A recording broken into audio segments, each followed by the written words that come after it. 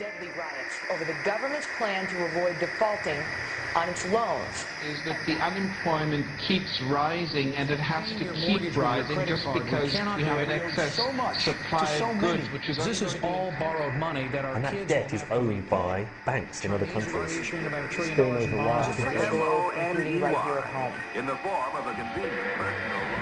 A filter cigarette that delivers the taste, and 45 malt liquor. Are you hot? Quite some time ago, by a psychologist, America is sponsoring I first learned it from my grandmother. Now, my grandmother was a wonderful person. She taught me how to play the game Monopoly. She understood that the name of the game is to acquire. She would accumulate everything she could, and eventually she became the master of the board. And then she would always say the same thing to me. She'd look at me and she'd say, "One day, you'll learn to play the game."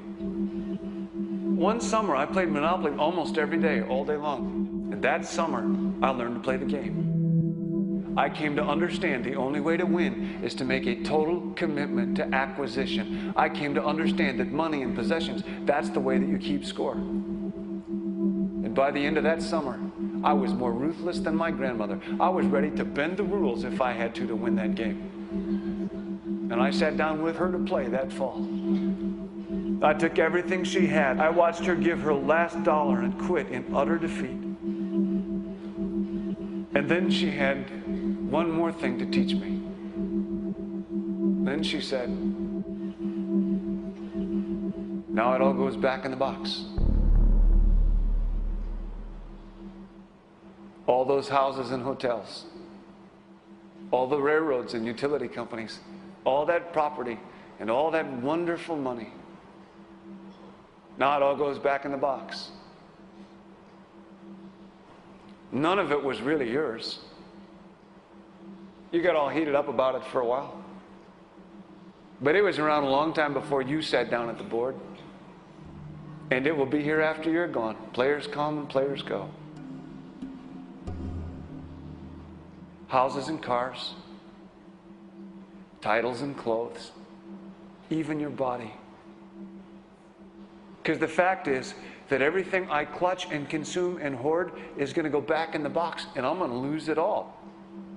You have to ask yourself, when you finally get the ultimate promotion, when you've made the ultimate purchase, when you buy the ultimate home, when you have stored up financial security and climbed the ladder of success to the highest rung you can possibly climb it, and the thrill wears off, and it will wear off, then what? How far do you have to walk down that road before you see where it leads? Surely you understand, it'll never be enough. So you have to ask yourself the question, what matters?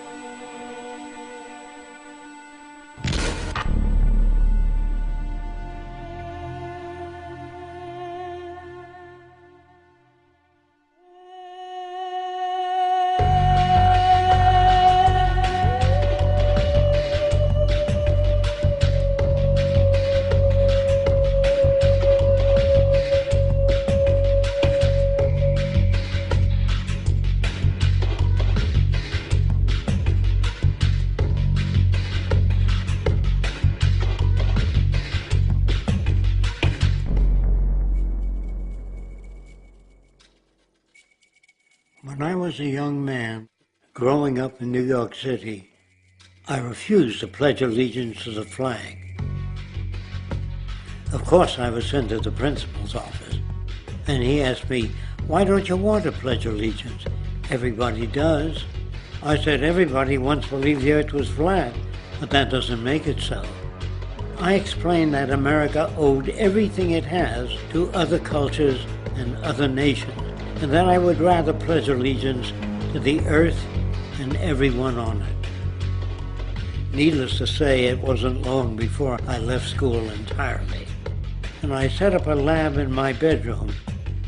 There I began to learn about science and nature. I realized then that the universe is governed by laws, and that the human being, along with society itself, was not exempt from these laws. Then came the crash of 1929, which began what we now call the Great Depression. I found it difficult to understand why millions were out of work, homeless, starving, while all the factories were sitting there. The resources were unchanged. It was then that I realized that the rules of the economic game were inherently invalid. Shortly after came World War II, where various nations took turns systematically destroying each other. I later calculated that all the destruction and wasted resources spent on that war could have easily provided for every human need on the planet. Since that time, I have watched humanity set the stage for its own extinction. I have watched as the precious finite resources are perpetually wasted and destroyed in the name of profit and free markets. I have watched the social values of society be reduced into a base artificiality of materialism and mindless consumption. And I have watched as the monetary powers control the political structure of supposedly free societies. I'm 94 years old now, and I'm afraid my disposition is the same as it was 75 years ago.